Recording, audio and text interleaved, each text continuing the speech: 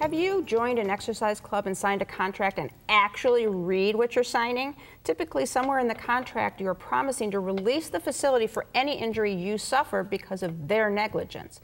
Here to discuss how to protect your rights is my law partner, Michael Solomon. So welcome back, Mike. Hi, Lori. You know, many of our viewers probably do belong to an exercise facility or actually have to use an exercise facility for rehab. Can they just have you sign a contract that says they're not responsible for anything that might happen, even if it's their fault? Under Ohio law, in the right situation, a contract you sign releasing someone from liability facility is effective. There was a case recently where a woman joined an exercise facility, got on the treadmill, fell off somehow, and then sued the facility saying they didn't maintain the treadmill correctly, and the court kicked it out, said, you know, you signed a release, you're out of luck. Now, I'm not picking on exercise facilities. That happens a lot, but there are other places that have that same issue. Okay, so what are the other examples you have? Well, you know, there are cases that I've seen dealing with indoor play centers with rides for children, or horseback riding at equestrian centers, or martial arts. Actually, take a look at the facilities for sporting games. You go to maybe the Indians, the Browns, and you look at the back, and you'll see you've released your rights for negligence and assumed your risk. So get hit in the face with a ball, that's your fault. That's right, that's right. Because you came to the game. Yeah.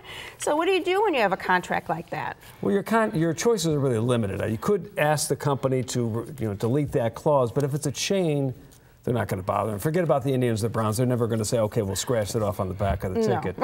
Now, a local, if you're dealing with a local facility or a local home repair person, they may go ahead and let you delete that one clause. And finally, your choice is to say, no, I'm not going to sign the contract. But practically, are you going to tell your child or grandchild, well, we can't go to the Cleveland Indians game because they won't release me from the negligence deletion? So you just have probably not going to be a conversation you want to have. So what's the big takeaway here from all of this? Well, the takeaway is like anything. Always read what you're signing. Even if you're going to have to give up your rights, you ought to know what rights you're giving up. And if it's important enough to you, then you have to maybe just say no. Okay, just say no. I've heard that in other situations too. So, is there any other guidance you can give people, and when they're reading, what kind of language are you looking for? Well, it's only effective if it's put generally at the end of the contract. If it's buried, that classic, it's a small type in the middle, then you have a good argument that it was not something apparent that you actually would have noticed. Yeah. So that's usually where they'll put it. If there's a good lawyer, he's going to make it bolded and put it at the end so you see the language. Okay. Well, that's another good tip. So, right or wrong, you're often asked to relinquish your rights, which means you're liable to if there's something that happens, even if the businesses are maybe what caused it. You need to understand this kind of language before you commit to a contract. Read it and make sure you understand it.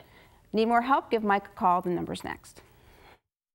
Call Solomon, Steiner, and Peck at 1-888-236-5173 for more information, or to schedule a speaker for your organization. Or log on to www.ssnplaw.com.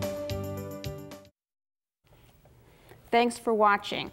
We'll be back next week, next Sunday at 11:30 in the morning, right here on Channel 3 with more great information.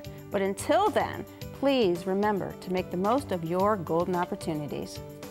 If you'd like to join our kitchen conversation, visit our website, www.goldenopportunities.tv. Like us on Facebook. Call us at 440-742-GO-TV or email us at kitchen@goldenopportunities.tv. We'd love to hear from you.